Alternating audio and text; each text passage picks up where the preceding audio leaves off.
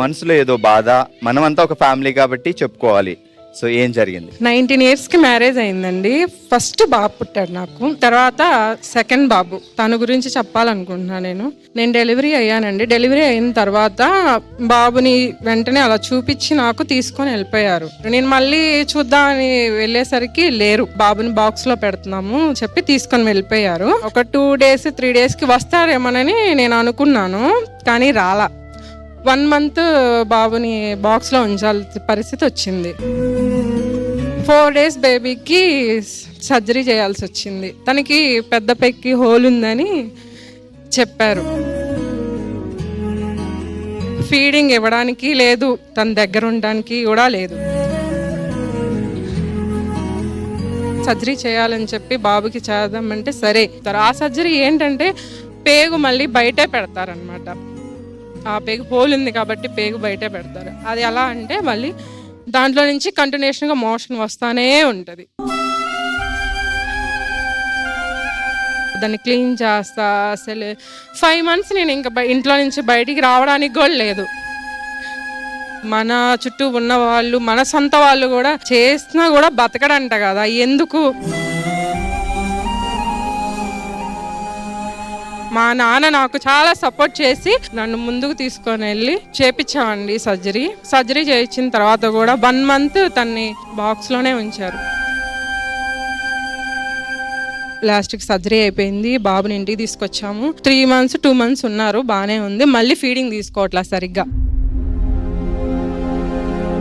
సరేనని హాస్పిటల్కి తీసుకెళ్ళాము. ఇంకా కష్టం అమ్మా బాబు,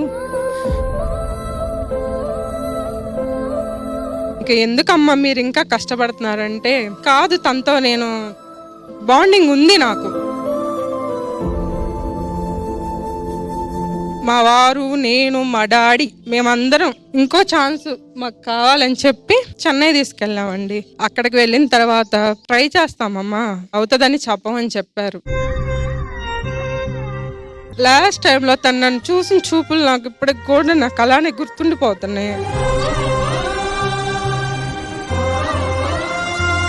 అలాగా బాబుని నేను అసలు చూడలేకపోయాను. సర్జరీ చేసి తీసుకొని వచ్చారు. బతుకుతాడేమో చిన్న ఆశ ఉంది, కానీ బతకలేదు.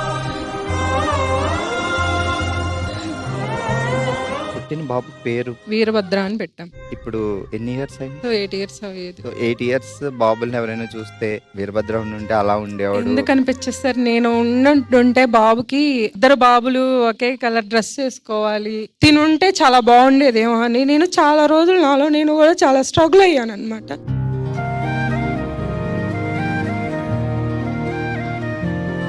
తల్లిదండ్రులు ముందే పిల్లలు చనిపోవడం అంటే అసలు ఏ తల్లి ఏ తండ్రి తట్టుకోలేరు. భార్గవి గారు ఈ రోజు ఇక్కడికి వచ్చారు. సో మీ మనసులో బాగా చెప్పారు. వెళ్తూ వెళ్తూ వీరభద్ర అని మీకు గిఫ్ట్ ఇచ్చాడు అనుకొని మీరు తీసుకెళ్ళాలి. ఓకే,